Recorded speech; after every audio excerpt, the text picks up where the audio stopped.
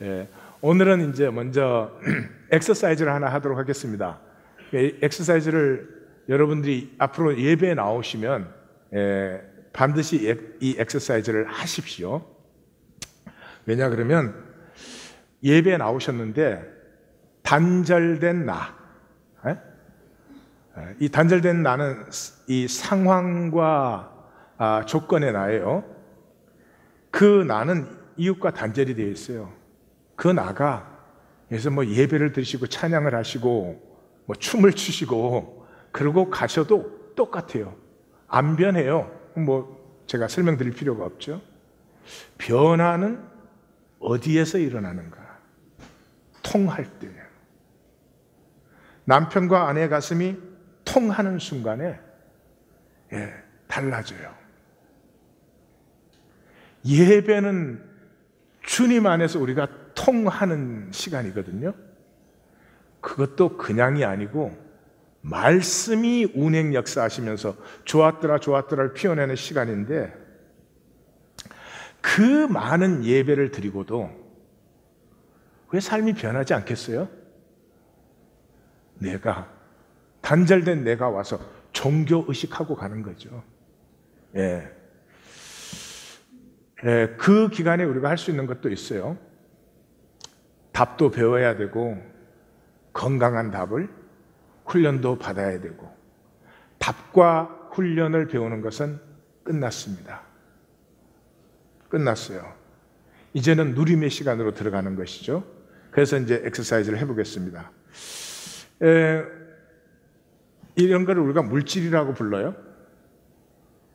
이게 가만히 있으니까. 가만히 있지 않아요. 이 컵을 이루는 원자는 굉장히 활발하게 지금 움직이고 있어요. 이것도 변해요.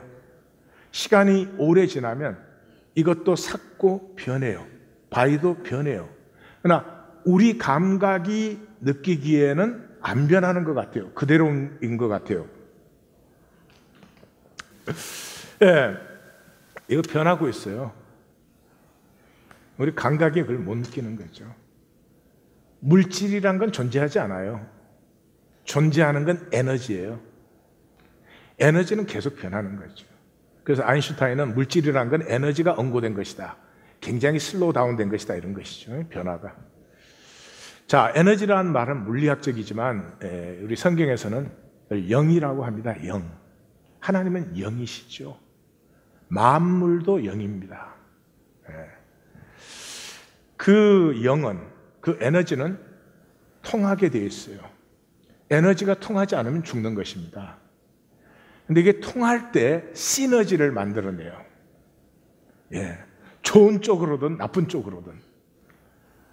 말씀으로의 통함은 좋은 쪽으로, 혼돈과 공허와 흑암 속에서도 좋았더라를 피워낸 쪽으로 시너지가 일어나는 거죠. 경제 이론에 1불짜리가 하나 있어요. 근데 내가 썼어요.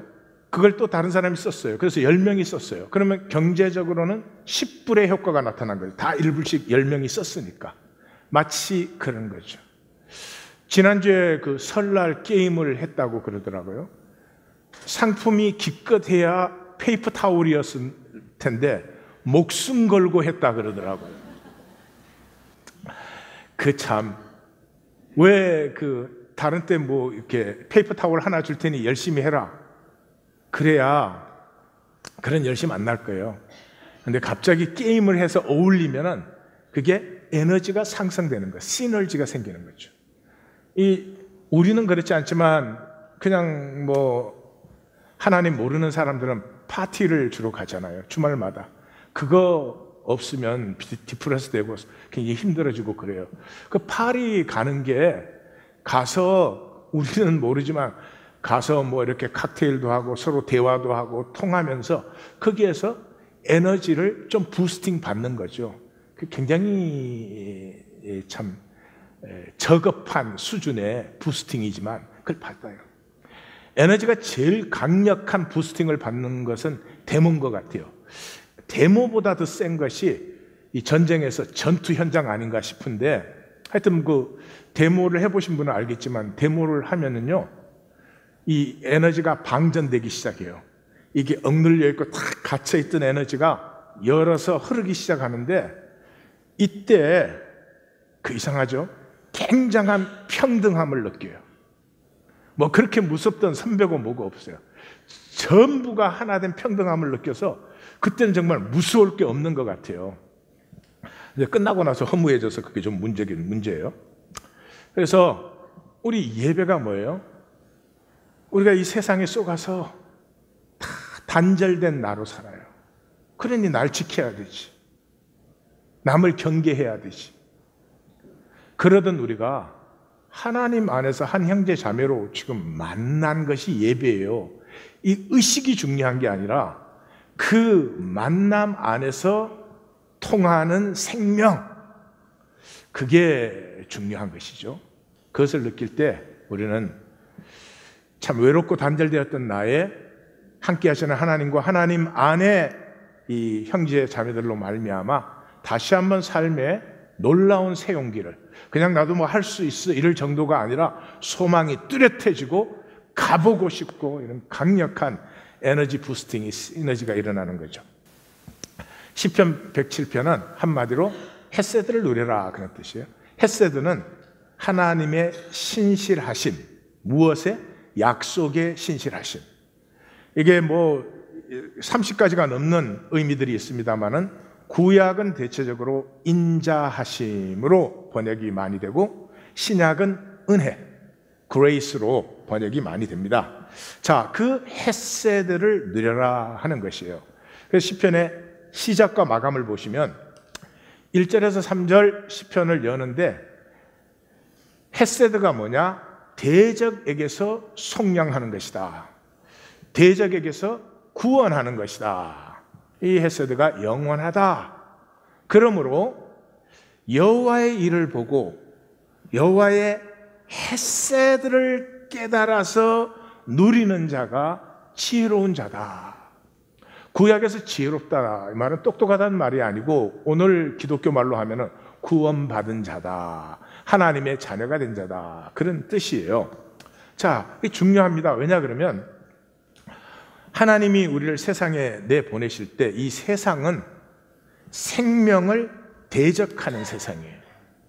태어만 나면 막 저절로 잘 자라고 저절로 성숙하고 그런 데가 아니고 생명을 대적함으로 말미암아 하나님이 주신 생명 씨앗을 내가 피울 때 내 안에서 생명력이 자라나요. 이 생명력으로만 하나님의 세계를, 하나님의 유업을 누릴 수가 있는 거죠. 자, 그런데 이 세상, 이 생명을 대적하는 세상을 이길 수 있는 것은 내가 잘나거나 똑똑하거나 능력이 있을 때가 아니고 내가 하나가 되는 만큼 이 세상에서 가장 복되고 강력한 패밀리는 돈 많은 패밀리가 아니에요. 하나 된 가족이에요.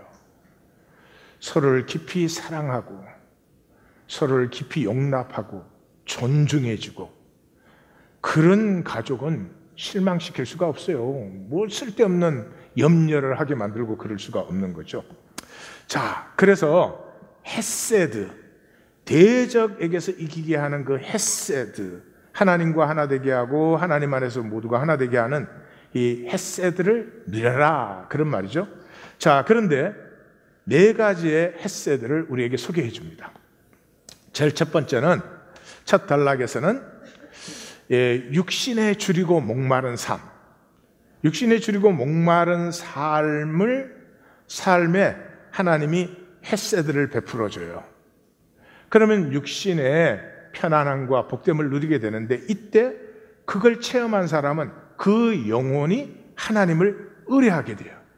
그래서 이 헤세드에서는 내 존재, 내 육과 영이 다 하나님을 의뢰하고 하나님으로 만족하는 이 존재적인 부분의 헤세드를 얘기해요. 두 번째 부분은 흑암과 사망의 얽매인 자를 자유케 하는 헤세드를 얘기합니다. 자, 내가 사망에서 자유하지 않으면 이 세상의 모든 것이 나에게 두려움이 됩니다. 사망을 두려워하면은 모든 것을 통해서 이 사망이 가까이 올까 봐. 그래서 돈이 조금 떨어지면 굉장히 불안해져요. 돈 많은 사람이 오래 사는 건 아닌데도 그래요. 그렇게 되어 있어요. 근데 이 사망에서 자유함을 얻으면 이 현상 세계의 어떤 것도 위협이 될 수 없어요. 위협이 될 수 없을 때에만 현상 세계를 누릴 수 있어요. 우리의 삶은 현상 세계를 못 누려요. 자녀도 잘 못 누려요. 그래서 자녀가 내가 원하는 대로, 내가 계획하는 대로 안 되면 굉장히 힘들어하는 거죠.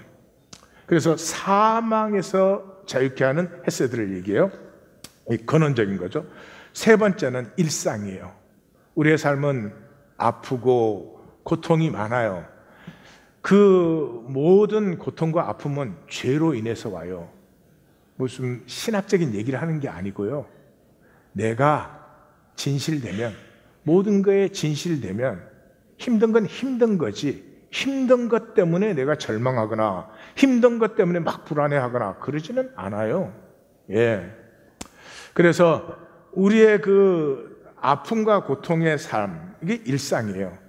일상의 삶에서도 하나님의 헤세드가 우리를 건져주세요. 그런데 요 세 번째 단락에만 말씀을 보내어, 그런 말이 나와요. 그러니까 우리가 이 일상의 삶을 살면서 하나님의 헤세드로 승리하는 길은 우리가 무슨 뭐 똑똑하거나 그런 게 아니고요. 하나님의 말씀이 우리에게 임할 때 우리의 삶은 혼돈과 공허와 흑암이지요. 뭐가 계획대로 되십니까? 마음먹은 대로 되십니까? 아니요. 뭐가 일어날지 몰라. 그곳에도 하나님의 조화대로가 피어나는 거죠. 그래서 네 번째 단락이 총결론이에요. 우리의 삶 자체가 혼돈과 공허와 흑암의 광풍 속에 있는 삶이에요. 그래서 헤세드는 그 안에서 평강과 안식을 누리게 하는 거죠. 이런 말이에요. 우리의 장래를 한번 생각해 보십시오. 앞으로 내 삶에 어떤 일이 이루어질지 나는 몰라요. 내가 계획도 하고 하지만 내가 컨트롤할 수가 없어요. 혼돈과 공허와 흑암이에요. 그런데 그러한 불투명한 미래에 내가 하나님과 함께함으로 말미암아 그 혼돈과 공허와 흑암이 나에게 저주가 아니라 그 혼돈과 공허와 흑암 속에서 하나님의 조화들을 피워내는 이 모든 아직 현상화되지 아니한 불투명한 삶의 부분들을 헤세드로 말미암아 하나님의 조화더라, 하나님의 복됨으로 누리게 된다. 예. 그렇게 헤세드를 자세히 설명해 줘요. 그 시편 기자의 이해하는 게, 제가 설명한 거 이해하는 게 아니고요. 저렇게 많은 기절에 헤세드를 그 백성들에게 가르쳐 주고 싶어하는 그 시편 기자의 마음을 좀 만나시는 게 좋아요. 그 다음에 이제 33절에서 41절이 오늘의 본문이에요. 지금 읽으려고 아까 안 읽었어요. 오늘의 본문인데 이 본문은 찬양 부분이에요. 그런 헤세드를 찬양해라. 너희가 함께 찬양해라. 그런 곳이에요. 근데 이 단락의 특징은 반전이라는 거죠. 헤세드는 반전을 이룬다는 거죠. 이 허무한 삶에서 영원한 의미와 가치를 피워내는 이 고통과 아픔의 삶 속에서 기쁨의 열매를 맺는 이런 반전을 일으킨다는 거죠. 그러니까 이 내 삶에 반전이 있는 사람은 헤세드를 지금 사시는 것이고, 반전이 없는 사람은 헤세드를 못 누리는 거죠. 자, 33절에서 41절이 그 찬양 부분인데 33절 시작이 여호와께서는 이렇게 나가요. 여호와께서는 반전을 일으키신다는 거예요. 근데 첫 번 두 절은 이렇게 좋은 게 오히려 나빠지는 반전이에요. 강이 변하여 광야가 되고 샘이 변하여 마른 땅이 되게 하고, 이런 반전 일어나면 됩니까? 안 됩니까? 안 되죠. 그 주민의 악으로 말미암아 옥토가 변하여 염전이, 옥토가 변해 연전이 됐으니 농사를 지을 수가 없지. 자, 40절과 41절이 이 단락의 결론 부분인데 요 두 절은 40절에 대응하게 됩니다. 이따 보시겠어요? 35절에 들어가면서 또 이번에는 이제 악한 것이 좋아지는 반전이 일어나요. 광야가 변하여 못이 되게 하시며 마른 땅이 변하여 샘물이 되게 하시고 줄인 자들로 말미암아 거기에 살게 하시고, 줄인 자들은 왜요? 그곳이 광야와 마른 땅이었을 때 줄인 자들이죠. 그들을 이제 변해서 이 호수와 강이 생기게 했으니까 거기에 살게 하사 그들이 거주할 성읍을 준비하게 하시고 밭대 파종하며 포도원을 재배하며 풍성한 소출을 거두게 하시며 또 복을 주사. 지금 복을 쭉 얘기했는데 왜 갑자기 중간에 또 복을 주사 이렇게 강조를 할까요? 네. 이걸 성경을 읽는 마시고 이게 말씀을 만난다 그런 거예요. 또 복을 주사 그들이 크게 번성하게 하시고 그의 가축이 감소하지 아니하게 하실지라도. 여기까지 잘 나갔잖아. 왜 도가 붙냐고. 도가 그렇게 끝나야 되는데 하실지라도. 그러더니 다시 압박과 재난과 우환을 통하여 그들의 수를 줄이시며 낮추시는도다. 옆에 보는 거 말해. 그럴 줄 알았어. 그럴 줄 알았어. 예, 이게 말씀을 만나는 거예요. 예. 이 전하는 하나님의 가슴과 같이 느끼는 거죠. 자, 그러면 수를 줄이시고 낮추시는 게 복입니까? 저주입니까? 복이에요, 복. 수를 줄이신다는 말은, 그죠? 누구나 다가 아니라는 말은 수준이 높아진다는 말이죠. 모두가 인생을 살지만 보람있고 값진 인생을 사는 사람은 많습니까? 적습니까? 적습니다. 자, 하나님은 나에게 이런 그 상황과 조건의 풍성함을 주시는데 내 인격은 낮아지게 하셔. 이게 복이죠. 내 삶에는 부러울 것이 없는데도 내 마음은 겸비한 게 복이에요. 조금 가졌다고, 조금 안다고 이렇게 높아지면 곤란해. 자, 아까 이 단락의 결론은 40절, 41절이다 그랬죠. 그래서 첫 번째, 악하게 변하는 이 반전은 여호와께서 고관들에게는, 이 현상 세계의 권력을 잡은 자들에게는 능력을 쏟아부으시고 황야에서 유리하게 만들어요. 그 다음에 궁핍한 자는 이 현상 세계에서 억눌리고 가난한 자는 그의 고통으로부터 건져주시고 그의 가족을 양떼같이 지켜주시나니. 여기에서 우리는 반전, 특별히 한나의 노래, 마리아의 노래의 반전이 느껴지시죠? 그죠? 그러니까 이 반전을 바라는 사람은 뭐 하겠어요? 주님의 기도를 기도하죠. 아버지의 나라가 임하고 세상 나라로부터 하나님 나라의 반전이 일어나니까. 자, 이 107편의 특징은 뭐냐? 부르짖음이에요. Cry out. Cry out. 부르짖음이에요. 그 반전이 어떻게 일어나느냐? 헤세드의 반전이 다른 조건이 없어요. 여기 약속이라든지 하나님의 백성이라든지 그런 말이 1절 나오지 않아요. 우리는 시편 5권에 들어가 있습니다. 유니버셜 프린시플이 나오는 그런 섹션에 들어갔어요. 부르짖는다는 말은 소리를 크게 낸다 그런 말이 아니죠. 이것은 구하고 찾고 두드림이 있는 사람이에요. 신명지적으로 말하면 다여가 있는 사람이에요. 우리가 보내심을 받은 이 현상 세계는 고통과 사망이 있는 세계입니다. 이 고통과 사망이 있는 세계를 이겨내고 하나님 주신 내 생명을 피워 하나님의 유업을 누리는 길은 딱 한 가지, 부르짖음에 밖에 없어요. 부르짖는다는 것은 존재적인 반응이에요. 엄마가 어린아이를 잃으면 부르짖습니다. 아, 슬프다. 정말 힘든 일이 일어났다. 이래요? 아니요. 부르짖습니다. 왜요? 가슴으로부터 나오는 반응이니까. 존재의 반응이에요. 그래서 이 헤세드를 누리는 사람은 부르짖음이 있어요. 존재적인 반응이 있죠.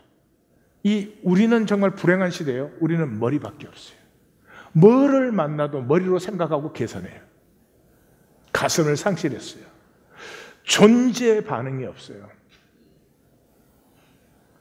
심지어 사랑까지도 칼큘레이션이 되었죠. 예.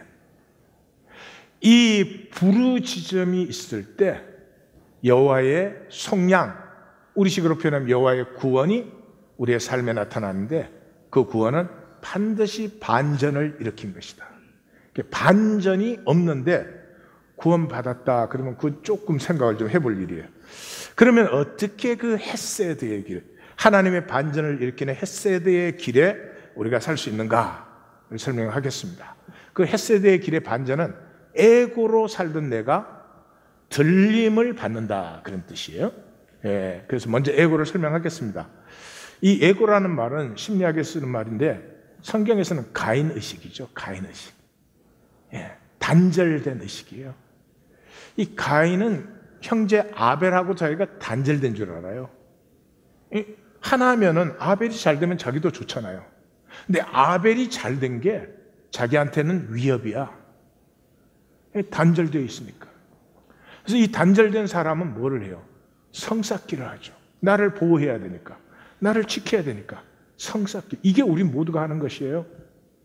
뭘로 성을 쌓아요? 네, 돈과 힘이죠. 돈과 힘이.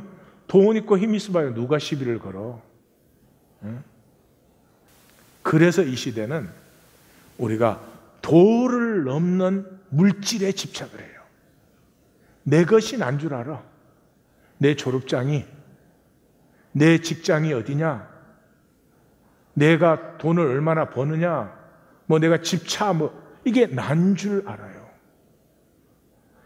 내가 내 것이 나니까 자기 가진 의항 속에 들어있죠. 의항의식을. 참 불쌍해요. 우리 이 시대의 사람들은 자신을 종신토록 채우지 못할 허상으로 채우는 형벌을 받은 사람들이에요. 아무리 소유해도, 아무리 권력을 확대해도 나로 만족되지는 않습니다. 나로 자유해지지도 않습니다. 없다고 잘못되지도 않습니다. 그런데 무지막지한 두려움에 사로잡혀 있습니다. 불쌍하죠. 왜 그렇게 얼토당토하는 것에 종노릇을 하나? 세 가지의 거짓이 있어요. 첫 번째는 나는 안 죽을 거야. 언젠가는 죽죠. 근데 그 언젠가는 절대로 오지 않으니까 나는 안 죽어. 그거 왜 그래요? 에고죠. 에고는 죽는 순간 없어져요. 육체에 기생하는 것이니까. 그래서 나이가 상관없이 당신 내일 죽습니다 그러면 다 충격을 받는 거예요. 나는 안 죽을 줄 알았거든. 그러므로 우리의 일생이 다 허무에 굴복하고 썩어짐의 종로로 하는 것이 돼요. 죽음을 향하지 않는 삶은 어떤 의미도 있을 수 없어요. 반드시 어때요? 마치 문장을 쓰는데 문장을 쓰면은 바두가 이리와 나하고 놀자. 마침표가 딱 찍어져야 문장의 의미가 생기잖아요. 그런데 마침표 없는 문장을 계속 써가. 그건 아무런 의미가 없는 거죠. 그렇게 되었어요. 두 번째, 이건 조금 더 웃기는 거짓인데 죽으면 모든 게 끝난다. 그런데 그 말을 가만 보면 또 이상해요. 그래서 사람이 죽었을 때 서로 나누는 말을 보면은 이제는 좋은 데 갔습니다. 이제는 편히 쉬십니다. 이래요. 그 말은 뭐예요? 이때까지 슬프고 아픈 건 다 끝났는데 좋은 건 안 끝나. 누구 마음대로. 그랬으면 나도 좋겠지만 그런 얼토당토 없는 그런 천박한 거짓에 속아서 인생을 사셔서는 안 됩니다. 예, 우리에게 주어진 일생은 굉장히 신성한 것입니다. 이 일생을 내가 어떻게 살았느냐가 나의 영원한 의미를 결정하는 것이지, 끝나면 뭐 아무 상관없어. 절대로 그렇지 않습니다. 속지 마십시오. 이 시대의 최고 천재가 로버트 란자라고 그래요.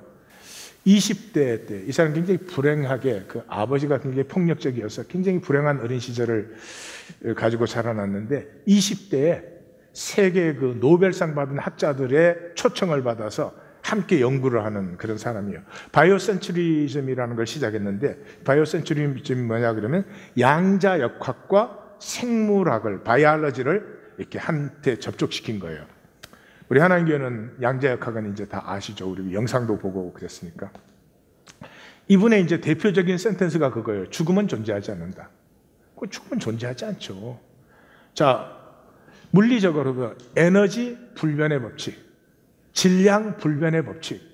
하나님께로 나왔으니 하나님의 것이 어떻게 사라져요? 영원합니다. 다만 형태는 변해요. 그렇죠? 이 냅킨을 불에 태우면 이 형태는 완전히 달라지죠. 그렇지만 이거를 구성하는 에너지는 모양이 변한 거지, 상태가 변한 거지 없어진 건 아니죠. 우리가 죽으면 상태는 바뀌어요. 성경에 의하면 나뉜다고 되어 있어요. 이쪽과 저쪽으로 나뉜다고 되어 있어요. 그러나 에너지 자체는 없어지지 않죠. 제가 로버트 란자를 소개하는 건 그거예요. 로버트 란자의 이제 두 개의 큰 명제가 있어요. 하나는 뭐냐면 우리가 현실을 볼 때 현실이 저기 객관적으로 있는 게 아니라 우리의 의식이 그걸 인식하잖아요. 여러분, 우리 양자역학 그 영상 보실 때 그 실험을 하는데 이렇게 양자 입자를 막 쏘는데 사람이 딱 관찰하면 이게 알갱이가 돼서 한쪽으로만 들어가요. 사람이 안 보고 있으면 이게 파동이 되어서 물결 파문을 일으키는 거. 뭔지 모르지만 보신 기억은 나죠, 그죠? 예, 그렇죠, 그렇죠. 그러니까 내가 의식하지 않으면 가능성으로만 존재하고, 내가 의식할 때 나의 현실이 되는 거예요. 그렇죠? 뭐 마태복음에 그런 거 있잖아요. 내가 너의 이름을 불러주었을 때 너는 내게로 와 나에게 한 송이 꽃이 되었다. 마태복음 아닌가? 예. 그 우리의 의식과 우리가 느끼는 현실의 관계를 얘기한 거죠. 그래서 현실은 우리의 의식이 관여할 수밖에 없어요.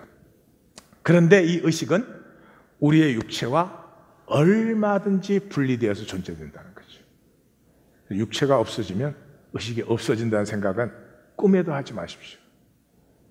더더욱이 더 놀라운 것은요, 이분이 우리 뇌의 기억 있잖아요. 이 기억이 지금 나잖아요. 내가 지금 아무것도 기억 못해.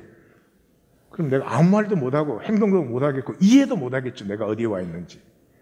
내 기억이 양자역학의 원리와 똑같다는 걸 발견했어요. 그러므로 이 내 기억은 어디로든지 이전할 수 있어요. 육체 안도 좋고 육체 바깥도 좋고, 다시 말해서 영원히 존재된다. 그러므로 나에게 주어진 한 생애를 신성하게, 깨끗하게, 가능하면 사랑으로 그렇게 사셔야 영원히 복이 돼요. 근데 그 생애를 그렇게 살지 않고 종교적인 도그마만 갖고 나는 천국에 간다. 천국이 뭐하요? 저 장소가 따로 있어요? 시공이 없는데 무슨 장소가 있어요? 천국이라는 건 내가 사랑의 존재로, 예? 내가 모든 것과 함께 순수하게 통하고 함께 시너지를 잃고 즐거워하는 그런 상태로 존재한다는 거 아니겠어요? 우리말로 표현한다면. 예, 그러니까 삶이 없이 자꾸 답만 가지고 이런 시간은 이제 끝났습니다. 세 번째 거짓이 나의 뜻대로예요. 내 원대로 돼야 돼.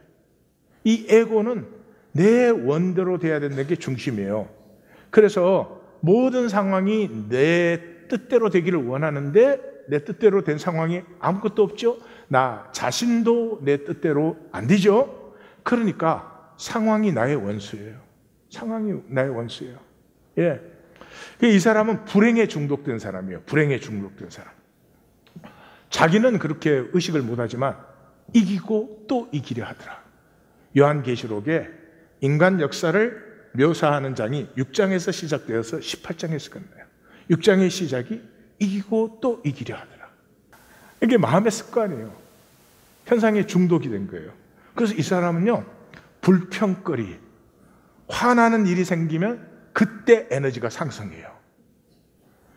갈등거리가 없으면 삶이 굉장히 처져 있다가 상대방이 잘못한 거 이런 걸 봤다 그러면 에너지가 갑자기 생수의 강이 흘러넘쳐.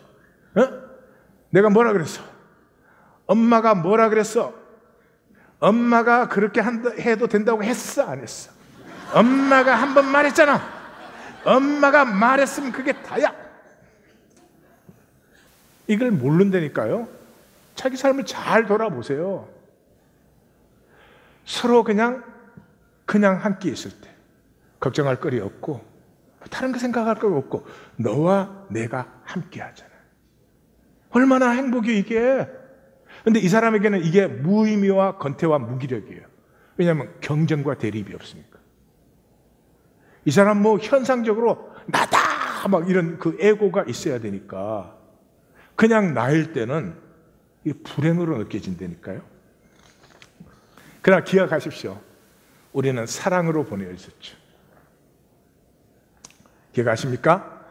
정자가 1억 마리 이상이 출발했어요. 그 1억 마리 이상이 가는데 중간에서 나 도착할 수 있을까?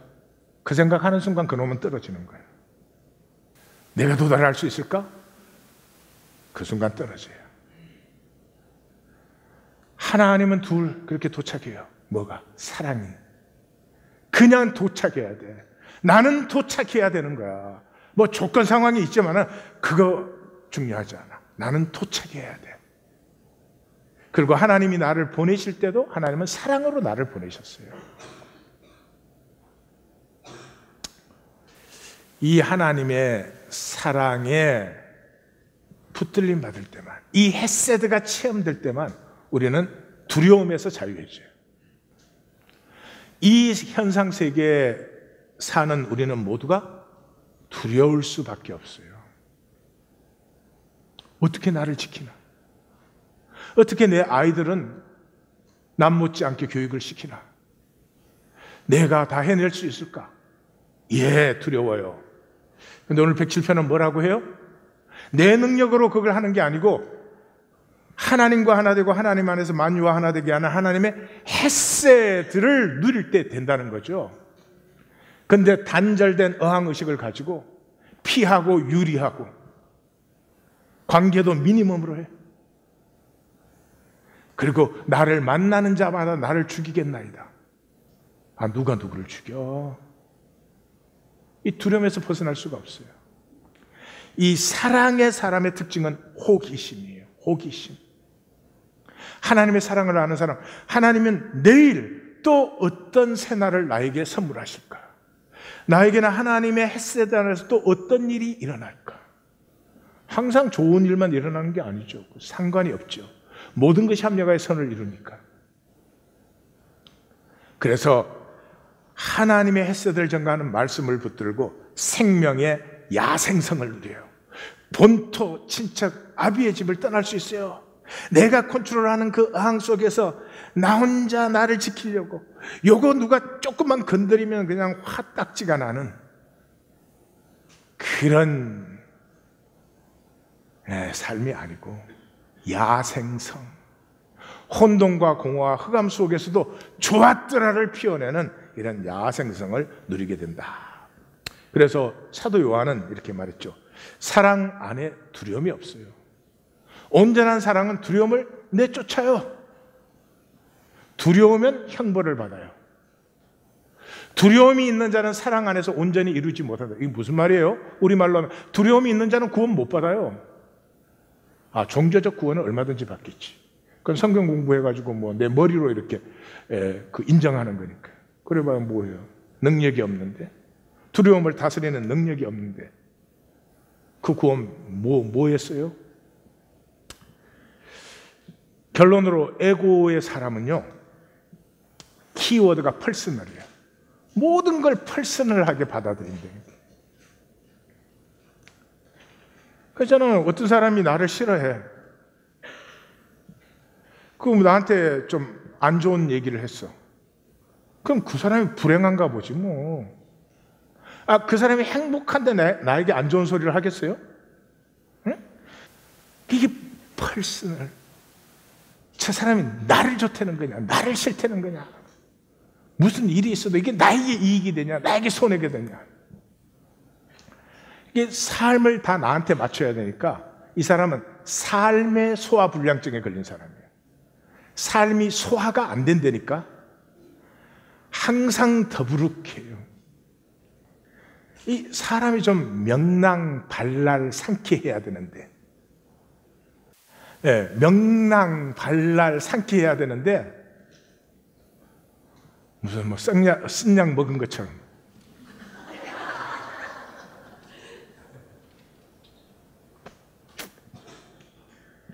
사랑하는 성도님들, 짧은 생애인데 우리 싱그럽게 삽시다. 싱그럽게 삽시다. 서로의 얼굴을 한번 보세요. 싱그러운지.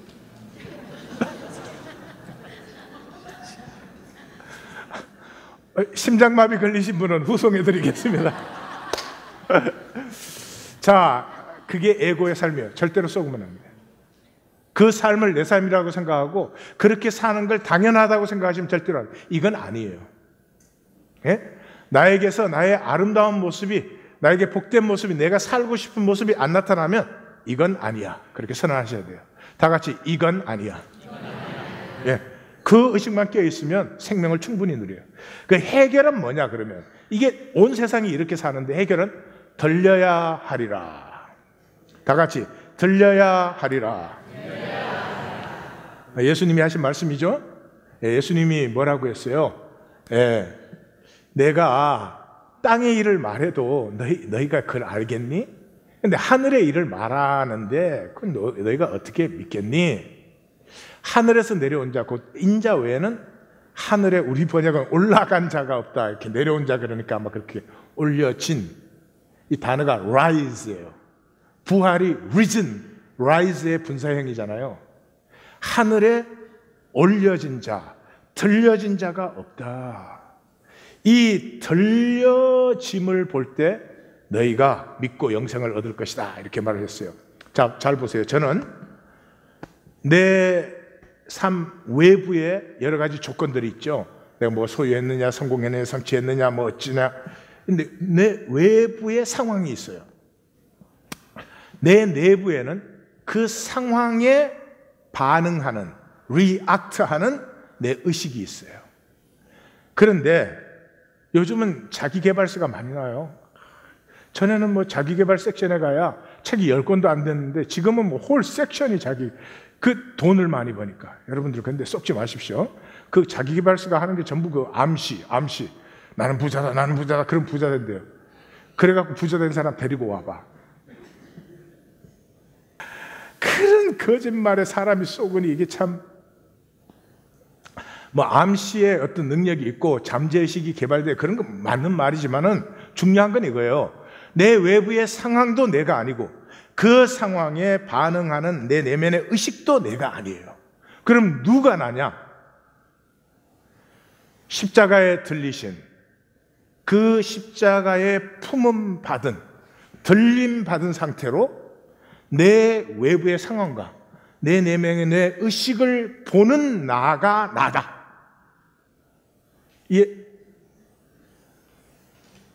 자다 깨셔갖고 못 나냐? 이렇게 들림 받은 상태에서 내 상황을 보면, 이런 일이 일어나고 있구나. 구름이 꼈잖아요. 그럼 지나가는 거지 뭘. 구름 갖고 시비하는 사람 있어요? 지금 조금 힘든 상황이 지나가는구나. 거기에 막 불안, 염려하는 내 의식을 봐. 그럼 대번에 자유해져요. 저러지 않아도 되는데. 그죠? 그게 나예요. 들려야 하리라. 상황에 사로잡혀가지고 불안, 염려, 근심이 취미 생활이신 분은 계속하지 마세요. 또 내 안에 내면의 의식이 나여가지고 여기 온갖 생각을 돌려대면서 걔가 나한테 안 좋은 말을 했대. 그렇지. 걔가 그때 친교 시간에 나한테는 앞에 사람에게는 고기를 석 점 넣어주고 나한테는 한 점밖에 안 넣어주더라. 그래서 취미생활 잘 하십시오. 자, 그러면 어떻게 하면 들리는지는 제가 조금 이따가 말씀을 드리겠습니다. 우리는 하나님 교회 제3기에 들어섰습니다. 첫 3년은 올해부터 22년까지, 후반기 3년은 22년에서 25년까지, 제7년에는 우리는 열매를 누리게 됩니다. 자, 여기에서 이제 우리가 앞으로 우리 안에서 충분히 할 수 있는 일인데 한 가지는 분명하셔야 돼요. 우리가 그 약속을 우리 가운데 성육시키는 인재, 그래서 우리가 그 약속의 유업을 누리는 그걸 아주 우리다운 말로 바꾸면 운명이 바뀌는 거예요. 세상의 종로로 닫은 우리에서, 조건에 쏟던 우리에서 나 자신으로 자유한, 나 자신으로 조금이라도 좋으니까 피어나는. 하나님 나를 보고 훌륭하라고 한 적이 없잖아요. 나로 피어나면 되죠. 내 자식이니까. 그 열쇠가 어디에 있느냐? 십자가의 퍼스펙티브에 있어요. 십자가의 퍼스펙티브. 그래서 십자가의 퍼스펙티브를 기억하신다, 그 말은 우리는 더 이상 단절된 존재가 아니라 하나님으로부터, 원래 하나님 안에 하나였고 하나님으로부터 왔다가 하나님 안에 하나됨으로 돌아가는데, 다만 이제는 자원함으로, 정말 내가 그것을 사랑했어. 그리고 우리는 답이 중요한 사람, 누가 얼마나 옳으냐 그르냐 잘하냐 못하냐가 아니라 우리는 하나님 안에서 그냥 그 하나님 창조한 존재로 이렇게 통하는 자들이다, 교통의 사람들이다. 이것을 항상 기억하고 계시면 이 지도자나 목회자를 통해서 뭐가 나타나는 게 아니고 우리 한 사람 한 사람을 통해서 피어나는 하나님의 나라를 누리게 되시는 것입니다. 자, 그것은 이제 이 들려짐, 십자가의 퍼스펙티브, 관점에서 나를 보고 이웃을 보고 모든 일을 보라 하는 것은, 다시 말하면 나를 품고 십자가에 매달리신 그 들려짐의 자리에서 보라는 거죠. 이렇게 보기 시작하면 문제 해결 방식 자체가 바뀌어요. 문제 해결 방식 자체가. 그게 뭐냐 그러면, 우리는 가시가 많이 들어있어요. 우리는 엄마 뱃속에서부터 가시를 받으니까 가시가 많이 있어요. 그래서 우리의 삶이 뭐냐 그러면 이 가시 건드리면 아프잖아요. 그래서 평생에 다른 사람이 내 가시 못 건드리게 하는 거, 그게 우리의 삶이에요. 어떻게 내 가시 못 건드리게 하나? 내가 돈과 힘이 있으면 그러지. 돈과 힘의 중독이에요. 그렇게 해서 어떻게든지 나를 보호하고, 다른 사람은 내 가시 절대로 못 건드려. 나는 다른 사람 가시를 건드려도. 그런 게 아니고요. 내가 주님 안에 품을 받아 들려지면은 이렇게 보여요. 어떤 상황이 왔구나. 그거가 또 내 가시를 자극하는구나. 그래서 내가 또 이러는구나. 그게 보여요. 그러면 그때부터 다른 사람이 가시를 못 건드리게 하는 게 아니라 그 가시를 뽑아요. 뽑을 때 아플까요? 좋을까요? 무척 아파요. 제가 IT 갔다가 이 성게 가시에 한 50군데가 찔렸어요. 그 선교사님 그 아이, 2살짜리 아이를 내가 안고 물에 들어갔는데, 얘가 다른 사람은 추러스 안 하는데 처음 보는 나는 추러스를 해요. 그러니까 애들은 역시 사람 볼 줄 몰라. 예. 그래서 절대로 물에 안 들어간대요. 근데 내가 안고 물에 들어가니까 들어갔어. 근데 한참 들어갔는데 거기가 성게밭이에요, 성게밭. 발에 막 가시가 꼽혀 나오는데 내가 흔들리면 얘가 놀라니까 그걸 다 찔리고 바닷가까지 나온 거예요.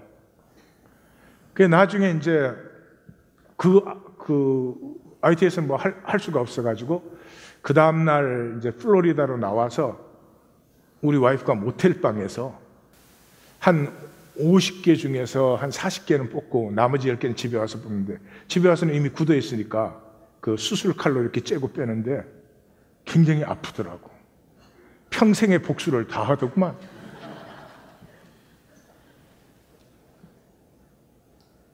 그런데도 그 찔리던 자리가 아파도 뽑고 나면 그 다음부터는 너무 편안한 거예요. 아무 자극이 와도 상관이 없으니까. 네. 옆에 분에게 말해주세요. 보호하지 말고 뽑자. 삶이 뭐 하는 건 줄 알아요? 가시 못 건드리게 하려고. 들려지면은 아프지만 내 가시가 나를 어떻게 저주해 왔는지가 다 보여요. 그게 내가 살고 싶지 않은 삶을 어떻게 살게 만드는지가 보여요. 뽑아내요. 자유해지고 활발해지고 명랑해지고 발랄해지고. 아이, 발랄해질 나이가 아닌 사람이 왜 아멘을 하고 그래?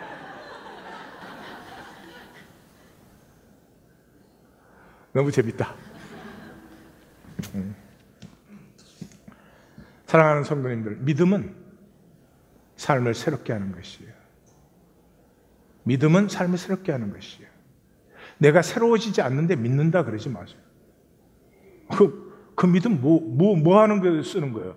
내 삶이 새로워지지 않는 믿음은 뭐에 쓰는 거예요? 교회 나온 데 써요? 그러겠죠. 하나님 교회는 아니에요. 자, 이 모든 일에 우리에게 기본적으로 필요한 것이 있습니다. 체력을 만들어셔야 돼요. 기본 체력을 만들어셔야 돼요.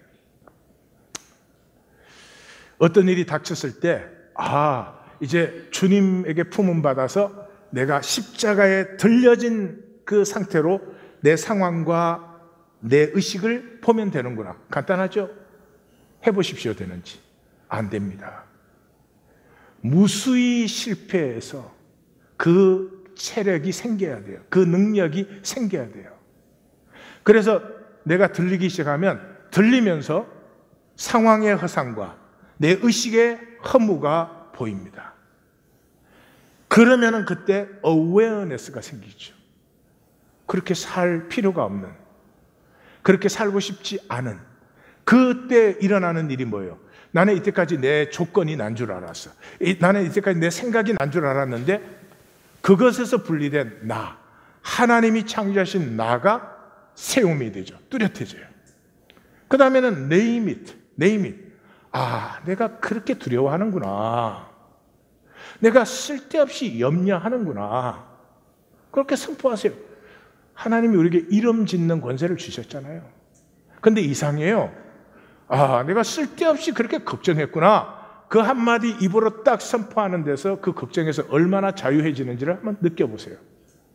다스림의 권세가 회복되는 거죠. 그러면 let it be. 그냥 경험하시면 돼요. 좋은 일이세요? 기쁨으로 경험하세요. 아픈 일이세요? 아픔도 경험하셔야 돼요. 그러면 내게 경험이 된 것은 좋은 일이든 안 좋은 일이든 생명의 유업이 되는 것이. 내게 경험이 된 것은 생명의 유업이 되는 것이죠. 가인은 경험 못하죠. 피하고 유리하니까. 자, before we start, 헤세드가 실제가 되어야 됩니다. 헤세드가 답이면 하나님의 인자하심 나 알아. 뭔 소용이 있어? 헤세드가 실제가 돼야 반전이 일어난다. 그 반전은 말이죠, 세상 나라가 하나님 나라로 반전이 되는 거죠. 그 말은 소유로 살던 내가 코이노니아, 이제 하나님 안에서 하나 되고 통함을 누리기 시작하죠. 여러분, 내 혼자 번 것이 풍성하겠습니까? 나누어지는 것이 풍성하겠습니까? 이 코이노니아의 사람들이 가진 것이 시편 107편에 의하면 찬양과 감사예요. Just imagine. 내가 찬양과 감사하는데 이런 종교의식에 나와서 찬양 감사하는 게 아니고 순서를 따라서 하는 게 아니고 내 존재가 어디에서든지 내가 이렇게 나 자신을 다 느끼면은 나를 창조하시고 나를 사랑하시고 자신의 모든 것을 나에게 유업으로 나누어지기를 원하시는 그 하나님을 향한 찬양과 감사가 흘러넘친다. 생수의 강이 솟아난다. Just imagine. 그것을 거듭남이라고 합니다. 물이 포도주로 바뀐 것이죠. 이 시대는 종교적으로 세뇌된 사람들이 많죠. 예? 구원받은 게 아닌데, 거듭난 게 아닌데, 부흥에 한 번 나가고 또 나가고 또 나가고, 분명히 아닌 것 같은데 성경 공부해서 이렇게 해서 믿는다고 얘기하면 구원받은 거야 막 이래가지고 그래가지고 자기가 구원받았다 그러니 하는 건 종교생활밖에 없죠. 종교생활 뭘로 해요? 에고로 하죠. 에고로 하는 종교생활은 목적이 하나죠. 사람에게 보이려고. 사람에게만 그럴듯하게 보이지 중심을 보시는 하나님 앞에 나를 가꿈이 없지요. 그러니 미움, 판단, 인색함이 끊이질 않지. 여러분, 아닌 건 아닙니다. 아닌 건 아닙니다. 어떻게 하나님의 심령을 가진 사람이 미움, 판단, 인색함이 계속됩니까? 그렇게 넘어지더라도 안타깝고 회개가 일어날 수밖에 없죠. 십자가 뭔지 몰라요. 십자가 살 수 없어요. 십자가가 저주고 어렵게 보입니다. 우리 성도님들이 그러십니까? No problem. 2019년은 은혜의 해입니다. 제가 감히 이렇게 말씀드립니다. 2019년에 구원 받으십시오. 예수 믿는다 그러면 구원 받는 건데 그게 1년이나 걸려? 왜 그래요? 예수를 믿습니다 하는 건 그냥 말이 아니에요. 말이 아니고 고백입니다. 고백에는 가슴과 삶이 들어있어야 돼요. 예? 사랑한다고 고백하는데 가슴도 삶도 없어요. 그건 사기지. 그렇게 쉬운 건 아닙니다. 높은 길로 나아가는 것이고 그러기 때문에 비로소 내가 나에 대해서 기쁨을 누리고 가치성을 누리는 이 참된 헷세대의 역사로 우리 모두 함께 나아갑니다. 기도하십시다.